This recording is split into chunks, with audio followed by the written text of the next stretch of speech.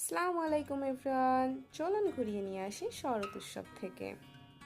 প্রথমেই যখন আমি গেটের সামনে গেলাম, এত বেশি মানুষ ছিল, মনে হলো যে না থাক, আজকে আর ভিতরে না ঢুকি। কিন্তু লোভ সামলাতে না পেরে তার হাত ধরে টুকটুক করে চলে গেলাম ভিতরে। কিন্তু মেলার সব কিছু অনেক সুন্দর ছিল, ডেকোরেশন, সব কিছু, স্টলগুলোও খুব সুন্দর ছিল। কিন্তু সব থেকে বিরক্তকর বিষয় ছিল প্রচুর পরিমাণে পুরুষ মানুষ। আমার প্রশ্ন হচ্ছে, এখানে তো পুরুষদের কোনো জিনিসই নেই, আপনারা কেন আসছেন? আমি সবার কথা বলছি না, যারা হাজব্যান্ডকে নিয়ে গিয়েছে, ফ্রেন্ডদের সাথে গিয়েছে বা স্টলের কাজে গিয়েছে, তাদের কথা আলাদা। যাই হোক, ওই বিষয়ে আমি কমেন্ট আর নাই করি, কারণ আমাদের পাশে বসেই এক ভাইয়া মেয়েদেরকে চেক আউট করতেছিল এবং তাদেরকে নিয়ে কমেন্ট করতেছিল।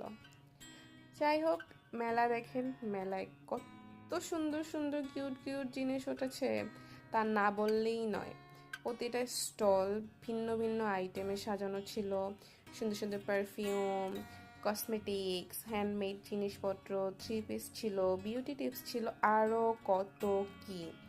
আমিও ঘুরে ঘুরে দেখছিলাম প্রত্যেকটা স্টলই আসলে তার ভিন্ন ভিন্ন রূপে সজ্জিত। আহ, দেখতে দেখতে সব থেকে বেশি আমার ভালো লাগছে এই হ্যান্ডমেড চুড়ি আর আংটিগুলো। আমি নিয়ে নিয়েছিলাম কিছু, এছাড়াও অনেক খাবারের স্টল ছিল। সব থেকে আকর্ষণীয় জিনিস ভাই, এই আলমারিটা নিয়ে মন চাচ্ছিলাম বাসায় ধরতেই।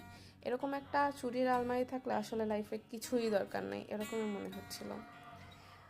যাই হোক, আমি তাড়াতাড়ি বাসায় চলে এসেছিলাম, কারণ এত বেশি ভিড়। বাসায় এসে পরে পরে দেখছিলাম যে ভাল লাগছিল কিনা। আমিও টুকটাক কিছু জিনিস কিনেছিলাম আমার পছন্দ অনুযায়ী। হয়তো ভিড় আরও কম থাকলে আরও কেনা হতো। তা আজ এই পর্যন্তই।